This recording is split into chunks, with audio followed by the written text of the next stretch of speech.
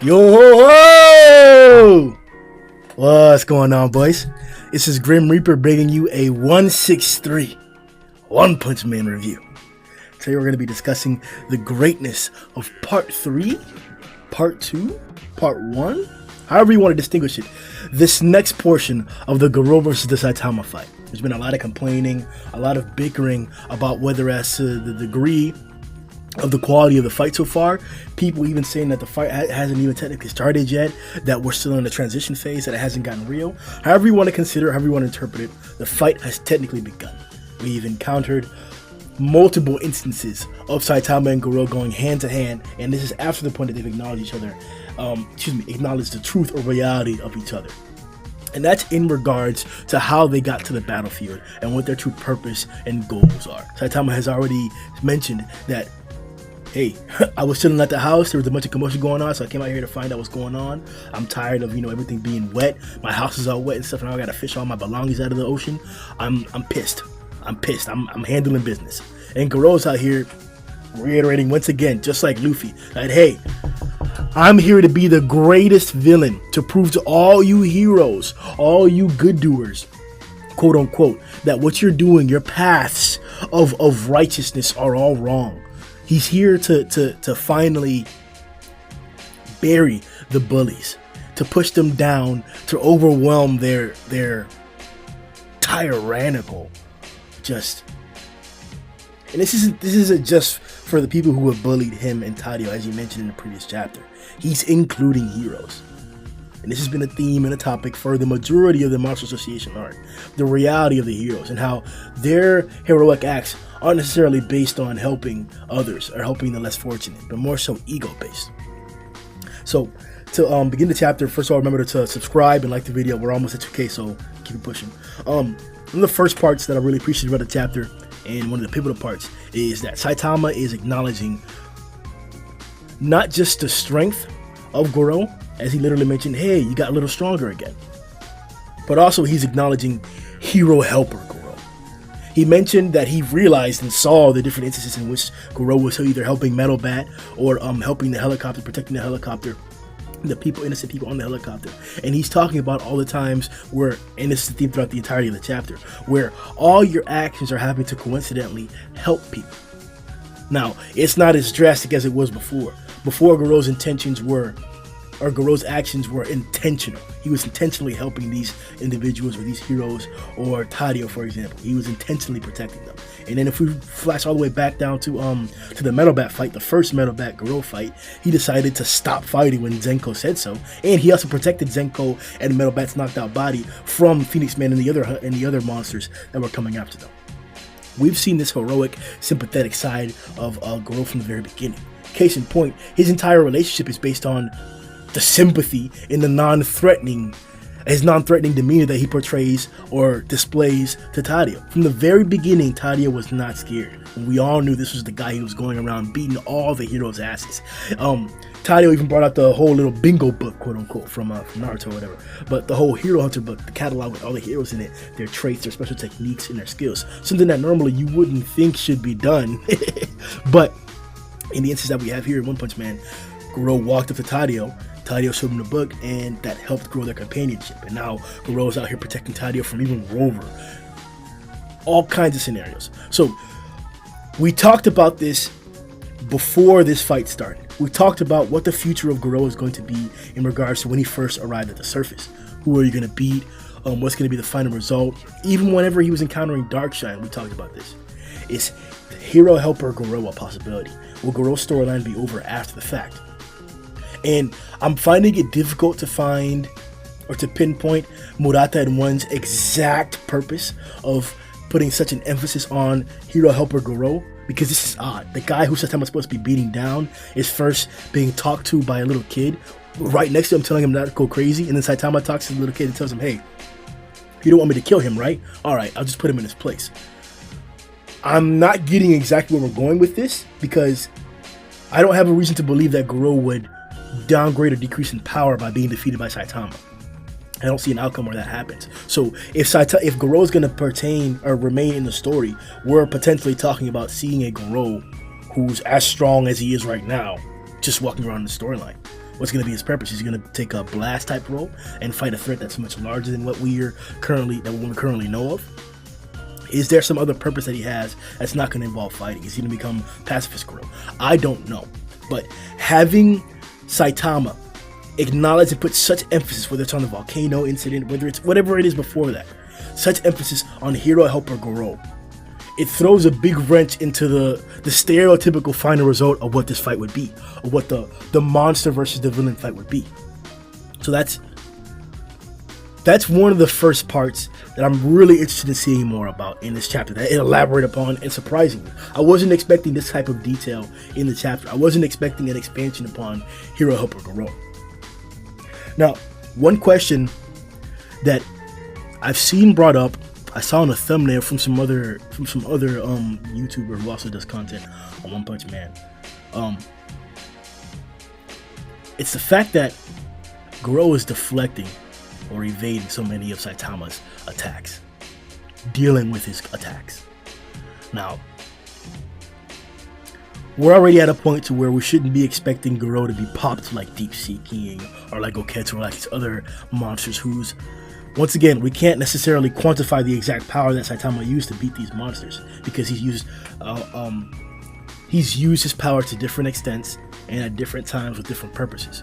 For example, case in point, we didn't see how much damage or how much force he exerted to knock Gokuetsu's head off, but we did see how much force he exerted to pop Deep Sea, and we did see how much force he exerted to pop Elder Centipede and even Natural Ocean, and we also did see how much force he exerted on Rover whenever he hit him. Those are all different types of force, whether they're named attacks or not, and I want to specifically focus on unnamed attacks because Garou hasn't taken a named attack yet. We don't know the quantity of those powers. We don't know how tough we don't know how tough Garou is in contrast to Saitama's attacks, because his attacks vary so much. Now, we're not talking about some casual setup here. We're not talking about situation to where Saitama's pity patting or playing slap boxing with Garou. That's not happening. We're talking about real devastating attacks, of course, without a doubt, especially with the fact that Garou's matching a lot of his attacks with these devastating, catastrophic effects. Regardless of the point, we don't know how strong or how much force Saitama is exerting into these attacks. The prime example why I'm bringing this up is because you would assume that if Saitama was going a little bit more serious than usual, the speed of his attacks might grow tremendously, or maybe even the consecutiveness or the amount of attacks that he's throwing might also grow exponentially. But we're not seeing that. We're still seeing Saitama throw one or two attacks, deflecting or countering certain attacks, but then he also gets his attacks deflected or blocked or dodged. There is no implication that we are anywhere near the level of the Boros fight. Anywhere near that. The anime did a spectacular job of showing Saitama fighting impressively, not hard. Once again, the vocabulary that I'm about to use does not describe the amount of effort that Saitama is putting into this fight. We have zero indication for that besides the named attacks. That's all we have. But this last chapter, where we see this great power attack or something, I think that's what Garou called it, and he busts a mountain behind him. Those are not the craziest feats that we've seen in the series. It was impressive in that regard, and it's impressive, and it also recalibrates our scaling in regards to the actual power of the verse, that Garou calls an attack like that Saitama tanked. He's so impressed by that. He calls him, it's a mountain level feat. Like, this guy is stronger than a mountain or whatever. It recalibrates our scaling to hone in on what Murata and Wen are actually trying to display to us, and not just our imagination or what we'd like it to be, what we claim it to be based on our interpretation of the drawings, or based on dumb calculations or other reasons to believe that somebody's at a higher level or not. But it also goes to show that what if the power level that Garou is at right now is still within the range of what we've seen so far? It's hard to exactly quantify, as we said before. We've seen him take a Grand Ocean Cannon. We've seen him deal with all kinds of attacks from Sage Centipede. We saw him get into a tough fight with Garou, with Bang and Bomb. Like, we've seen Garou cut loose. But As was explained in the chapter, he's grown much stronger since even the beginning of this fight when he first met Saitama. His form has changed and he's grown with that change as well in strength. So, where does Garou get the nerve to say that Saitama is an amateur? This leads into the question of, is Saitama trying or not? But it also leads into the question of, this is how Saitama fights in general. Garou detailed that his reflexes, let me see exactly what he said. But he mentioned something about his reflexes being the reason as to why he's doing so well. He's just dodging all my attacks, doing this and that. But it's not like he's trying extra hard. Let me see here. Garou says, this jerk, he's outpacing my combo attacks with just his miraculous reflexes and reaction speed.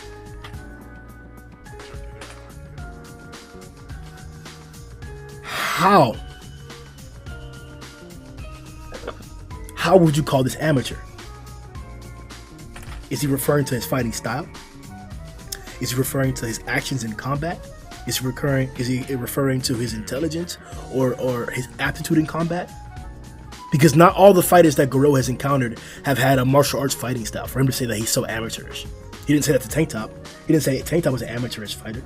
He just overcame his fighting style. He overcame his technique, and I think in the fight he said that he had analyzed it and he can beat him already. So it's not as if Tank Top Master's fighting style was amateurish, but he did say that about Saitama.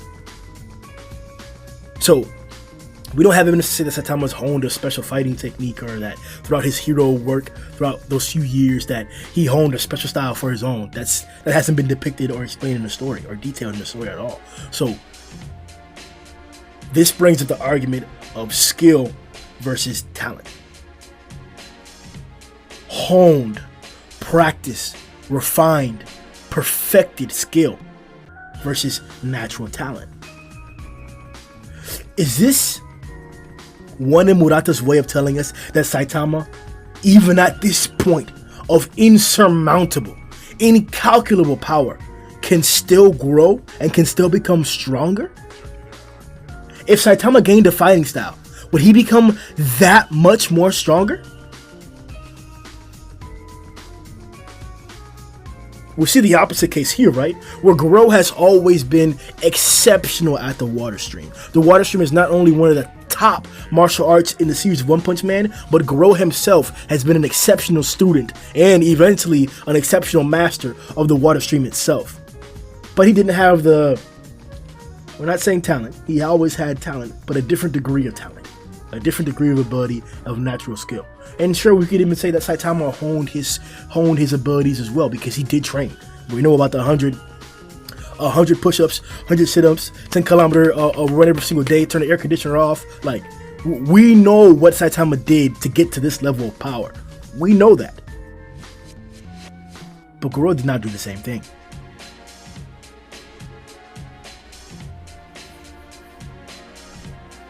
The limit break discussion. In the story of One Punch Man, the limiter is defined as the cap, or the ends of what your physical capabilities lead you to. And the more impressive or the more exceptional fighters and characters in the series surpass that limit to get to the next one and continue to do that. And Garou is the epitome, the number one example, who the story was referring to when they described this. Garou reaches a level, a cap, and he pushes past it, his Zenkai. And he reaches another level in cap and pushes past it, a Zenkai. And continues to do that fight after fight after fight, instance after instance, monster or hero after monster or hero. In Saitama's case, in Saitama's explanation, according to Dr. Genius, there is no cap that he reaches. There is no limit that he stops at to overcome.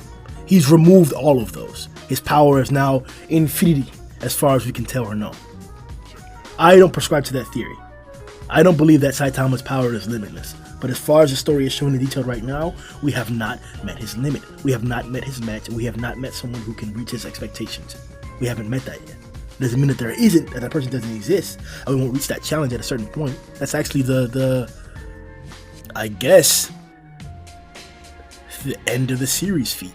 what we would expect or do expect the end of the series to bring to us. Someone who can match Saitama in every single aspect, and maybe even overcome him, maybe even overwhelm him to a point where he has to then grow past that limit that he's at. And boy, would that be godly. Boy, would that be godly. But where does Garou get off saying that Caped Mountain has an amateurish fighting style? I'd like to hear your opinions upon that. And expanding, please elaborate more upon the fact that he just doesn't have a certain fighting style, or he doesn't have a certain martial arts fighting style that's perfect or whatever. Expand more than that, because I think Garou's referring to more than just that. We got to call back in this chapter to the whole turning buildings or turning the structures and rubble around them into sand. There was some speculation or argument when I made the comment that whenever Garou punched Saitama right next to Tadio and sent him flying, that attack, for example, was not as powerful as the clash that Garou and Darkshine had whenever they turned the entire hallway and structure around them into sand. If you read the chapter of the Darkshine versus Garou fight, you'll see that the enclosed hallway that Darkshine walks up on Pooty in, that where you see Garou out through the hallway, whatever, and then Garou comes out of the hole in the wall through the hallway to fight Darkshine. They turn all of that into sand, not rubble, into sand, pulverize it. The same thing happened here to the buildings whenever Garou did this great, what's the name of the attack? It's not ascending attack. It's called a great power attack, where he does this kind of like sumo chop thing. I forgot what the actual name of it is. I've seen it in multiple different anime and multiple different Japanese and Chinese media, or that you want to attack like that. Maybe it is a sumo chop. But that attack caused the buildings that Saitama got sent into to be pulverized. And we actually get a panel of the rubble turning into sand, as well as one of the buildings just falling down, collapsing, because part of it just got turned to sand. Great callback to that fight, to that part of the fight before. Amazing. Great detail. I love to see destruction of that level and of that caliber in the fights. One of the parts of the chapter that was kind of iffy, in my personal opinion, that I'd love to hear your opinion about as well in the comment section, is the design of Demonic Garou. Yes, we're changing up Garou's moniker once again to Demonic Garou because of his new design.